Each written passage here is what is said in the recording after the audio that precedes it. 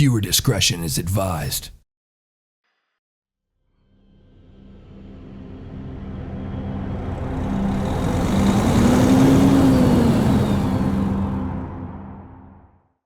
Hello everybody and welcome back to Euro Truck Simulator 2.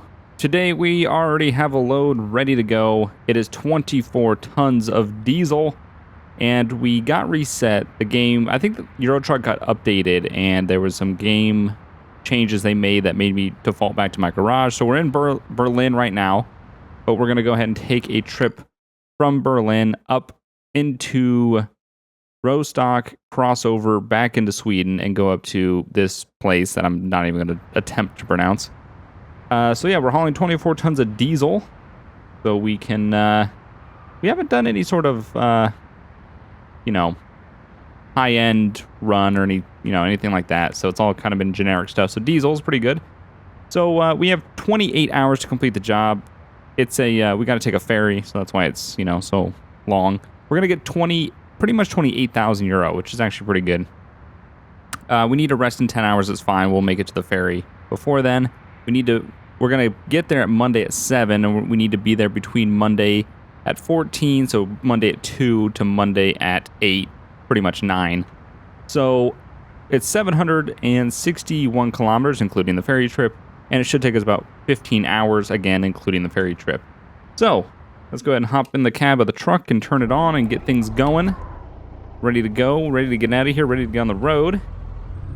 So hopefully this run won't take as long as it did last time, because last time when we did Euro Truck, I was brain dead by the end of it. So hopefully it won't take another, hour plus, hour and a half long run. This one shouldn't take too long. We just want to go for 40 minutes would be ideal. That's what I'm kind of shooting for right now. So we'll see if we can get that done. So Euro Truck again. I'm really liking this game. I'm getting back into it. I need to buy that box to get my shifter to work. And thank you everyone telling me that the shifter will work with the buttons if I plug it into the computer.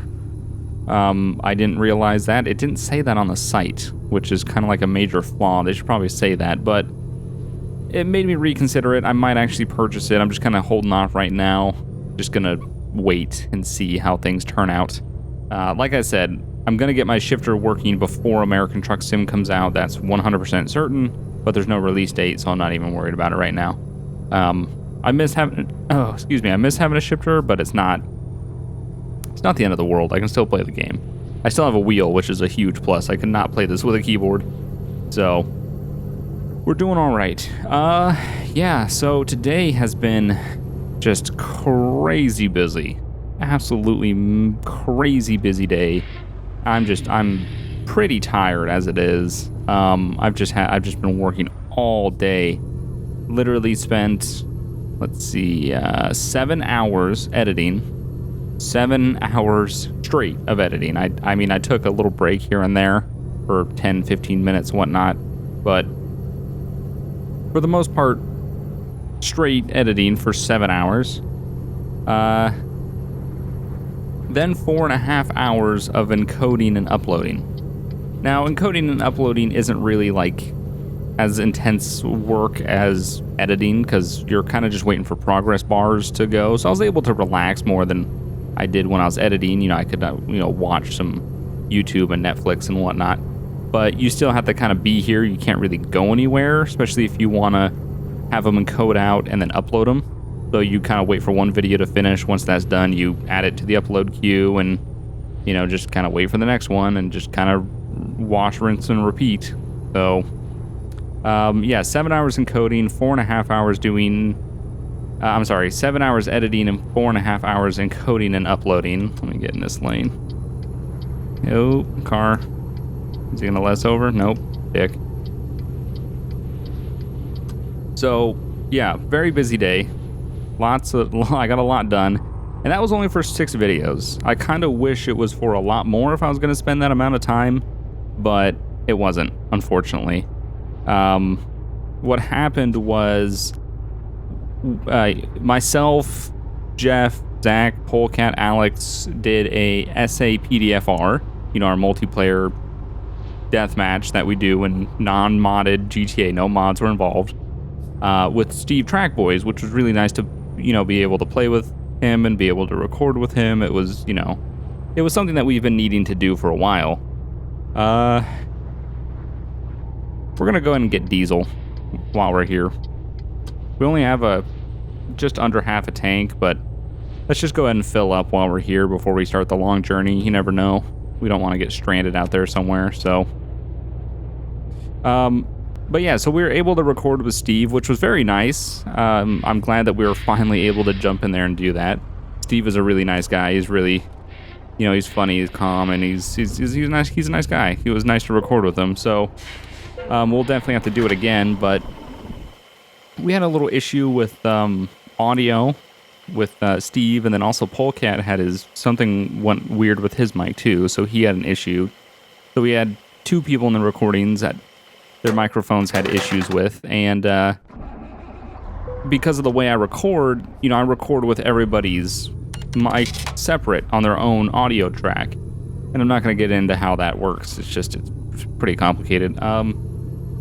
So I had everybody's mic separate, which was great for editing, but that meant that Polecat and Steve, the ones that had the initial issues with their audio, pretty much what I had to do was I had to go in and cut every single time that they weren't talking. When they weren't talking, their microphone line was cut to cut out background noise and stuff like that. Their microphones just were there when their voice wasn't in them. Like for me, I have a noise gate. Steve uses a Yeti, and the Yetis don't have noise gates, which they're great microphones, but when you get up to studio quality mics, it's more the interface, not really the microphone. A Yeti is a great USB mic. It's plug and play. It works. That part is great. But when it comes down to actual quality, when you get an XLR microphone that requires it to be plugged into a certain thing, that's where your quality really rises. And with that, you get a thing called a noise gate, which is what I have. We're gonna slow down because there's a speed trap, which we didn't get. Okay, good. So I have a thing called a noise gate, which means that when I don't talk, like right now, my microphone closes completely. So that's not open. Without my noise gate, it would pretty much pick up every. Oh, you gotta get not a sharp exit, just go. It would pick up everything. It would pick up the sound of my feet hitting my pedals. I mean, it would pick up just everything. So the noise gate really helps out. Now the Yetis don't have that. Again, like I said, they're really good mics for plug and play and just kind of going, and they work. There's no setup. And if you don't know audio, it's a great microphone. It's just it picked up a lot of background noise when he wasn't talking. So and Polecat's noise gate for some reason just wasn't working at that point. So I had to go in and I had to cut every time they didn't talk, because it was just focusing on a air conditioner or a fan or just background noise or anything. It would just grab a bunch of stuff and just, feed it through the mic. So instead of having that constantly happening with a lot of background noise, I had to go in there and cut every time they weren't talking. And that lies, what took so long.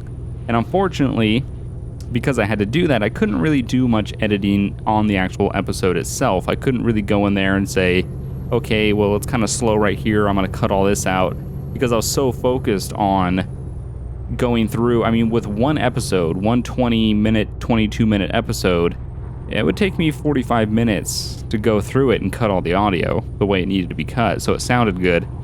And then on top of that, when you go back through, you have a bunch of these little tiny spots of where audio is, and then trying to make a cut and move all your audio to cut a scene out, it's a lot of work. So I pretty much had to go in and kind of make it, I say unedited in a very loose term.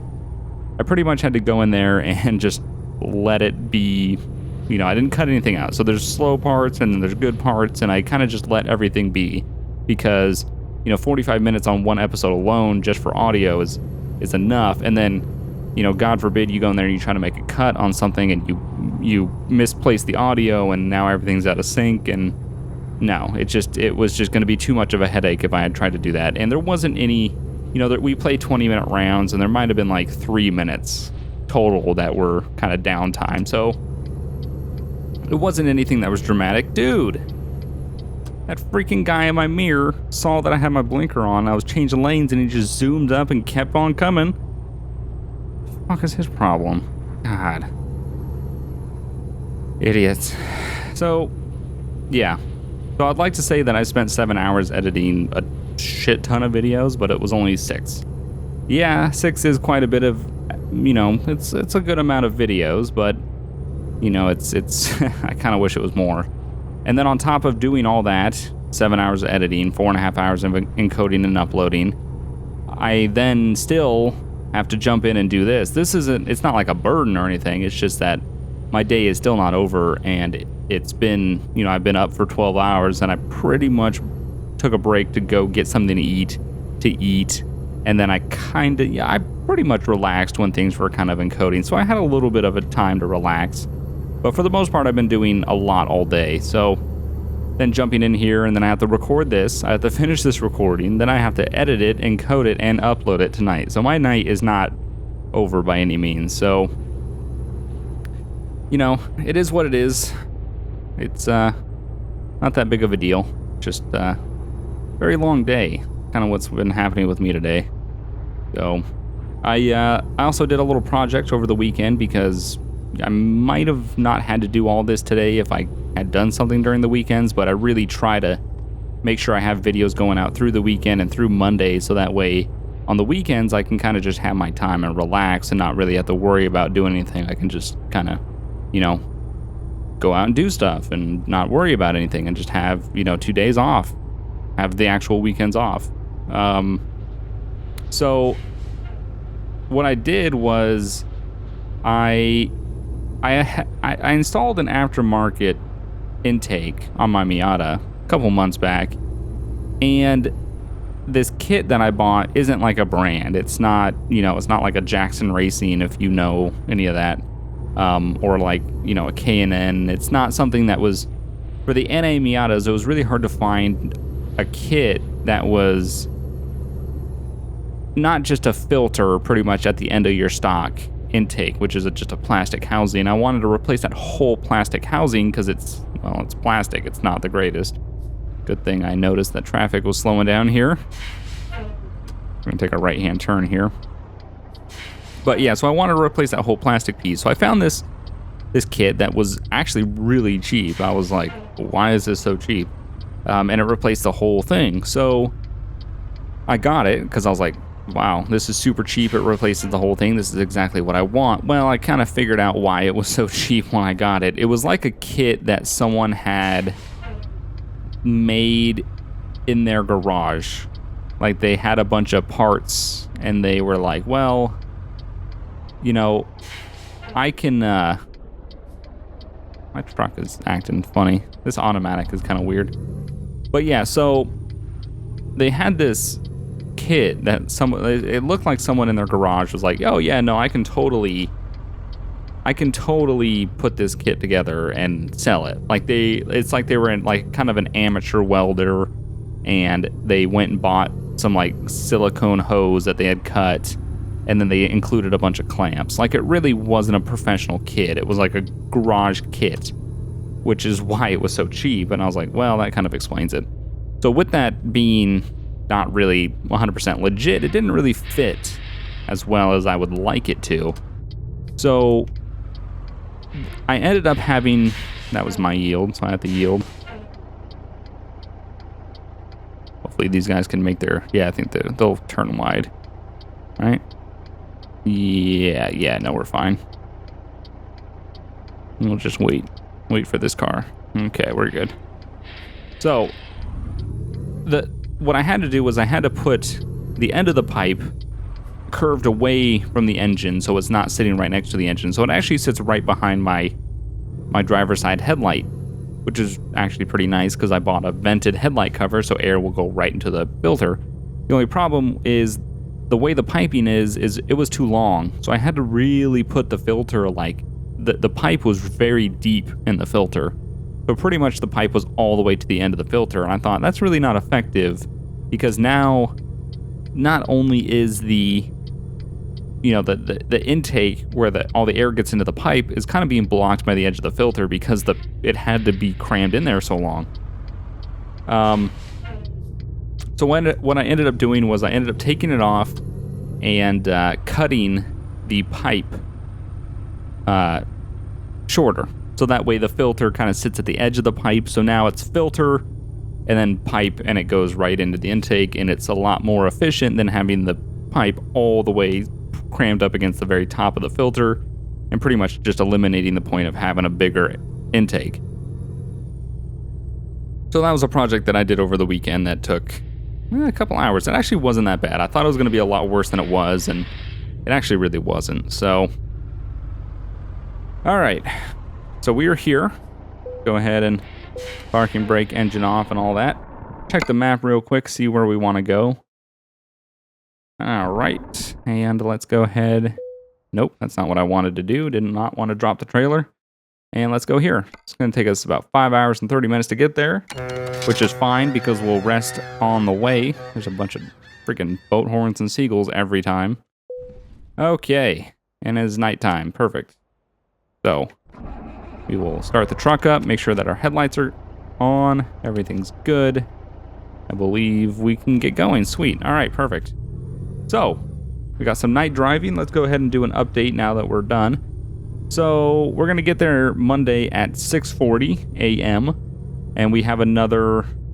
Oh, what's happening here? Okay, we got to make a left. Let me just make sure I'm not going to kill anybody by doing this. All right. So we have another 350 kilometers to go. It's going to take us 5 hours and 40 minutes. And we need to get there at Monday at 2 p.m. at the earliest is what they're kind of expecting. At the latest, it's 9 p.m. But right now we're expecting to get there a couple hours early. So we're most likely not going to need a rest unless we really get lost. So we're doing pretty good. The rest of this trip shouldn't take too much longer. I'm going to go. All right. So yeah, that's what I did over the weekend. It was a fun little project, and I'm glad I got it done. You know, it cost me the price of a hacksaw and some files and, you know, Gorilla Glue. Which, I mean, it's kind of a jank job, but, you know, the intake is jank anyway, so it's not really that bad. I did a jank job, do a jank item, so no harm, no foul, really.